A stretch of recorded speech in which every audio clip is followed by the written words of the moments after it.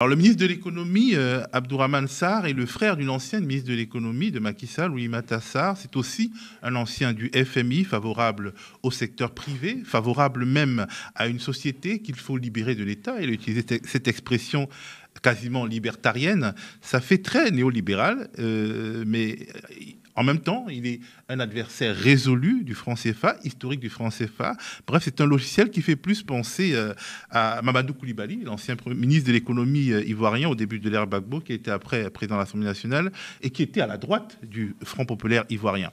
Le CFA n'a pas été évoqué ouvertement lors de sa prise de fonction, mais il a tout de même remis en cause, sans le dire trop fort, le principe de la parité fixe avec l'euro, ce qui revient à remettre en cause le principe même du franc CFA. On l'écoute. Nous ne pourrons pas développer et approfondir notre marché financier sans une politique monétaire plus active, qui a un rôle à jouer dans l'avènement de marchés financiers profonds. La flexibilisation de notre régime de change contribuerait à dynamiser le secteur financier de l'Union par une politique monétaire plus active en soutien à l'économie. Cette flexibilisation permettra également à notre zone monétaire d'avoir moins recours au financement en devises étrangères et aux ajustements budgétaires face aux chocs extérieurs. Enfin, Monsieur le ministre, la flexibilisation de notre régime de change aiderait nos pays à préserver la compétitivité de nos entreprises face à la concurrence extérieure.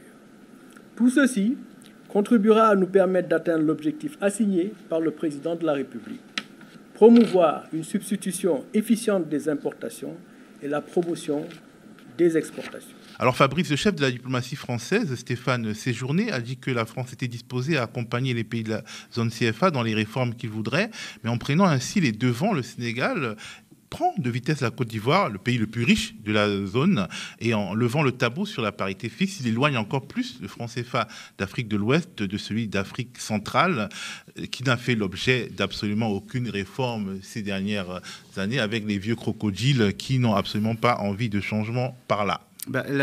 Stéphane Séjourné, dans cette interview à France 24 et RFI, prétend, il nous laisse penser que la France se serait totalement retirée de la gouvernance du franc CFA, sans préciser, bien sûr, si on parle du franc CFA d'Afrique de l'Ouest ou d'Afrique centrale, mais il donne des gages, on va mettre ça entre gros guillemets, parce que le passage du franc CFA à l'éco est encore extrêmement brumeux.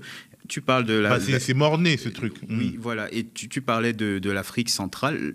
En fait, l'Afrique centrale, le problème, c'est la volonté politique, à mon avis. Il n'y a aucune volonté politique. Ça fait un peu plus d'un an que les chefs d'État d'Afrique centrale ont... mandaté la CEMAC de faire un rapport sur une réforme du franc CFA. Il n'y a eu aucun rapport sur une éventuelle sortie du franc CFA en plus d'un an. On a vraiment une différence entre les aspirations populaires où la sortie du franc CFA suscite un peu beaucoup d'adhésion, même je dirais, au sein des populations, des masses, mais les dirigeants d'Afrique centrale sont plutôt pour le statu quo.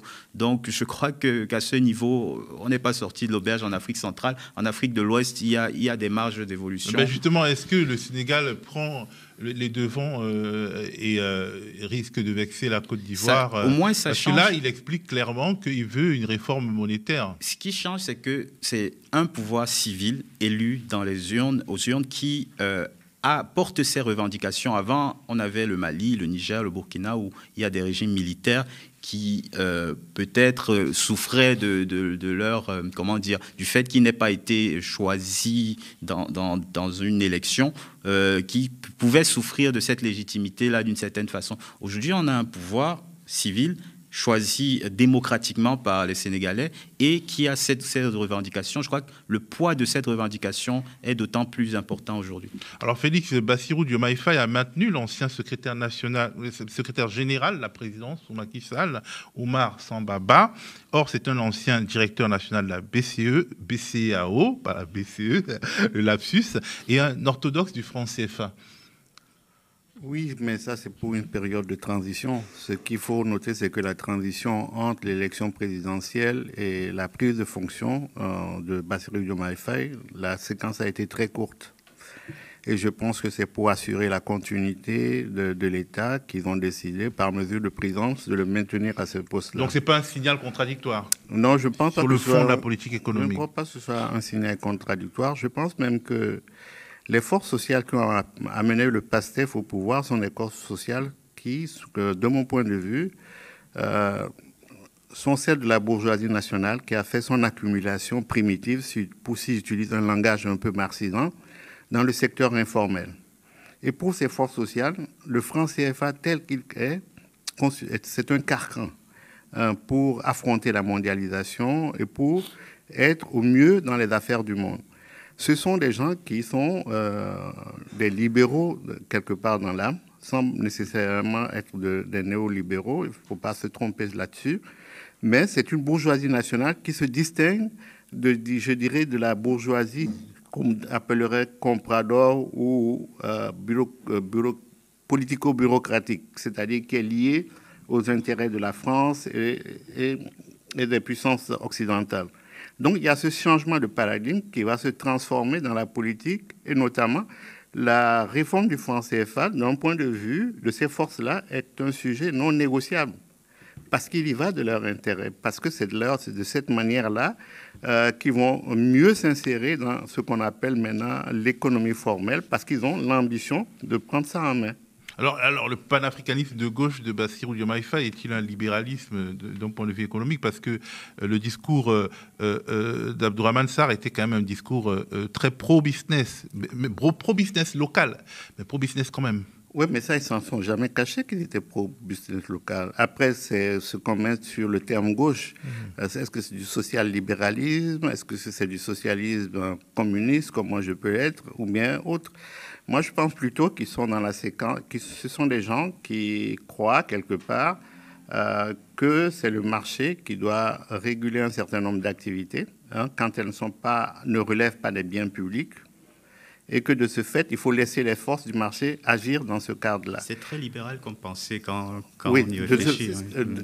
De ce point de vue. Mais en même temps, c'est des gens aussi qui reconnaissent qu'il y a des secteurs qui sont des secteurs qui relèvent des biens publics et qui ne doivent pas être laissés au marché, notamment sur les questions liées à la redistribution, à l'eau, et, à l'électricité, à la santé, etc.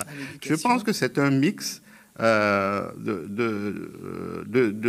tout cela. C'est aussi un certain pragmatisme, parce que le Sénégal dans le monde, c'est très petit. Ce n'est pas parce qu'on a la volonté au Sénégal de changer certaines choses que nécessairement ça peut avoir un répondant du point de vue de l'économie politique internationale.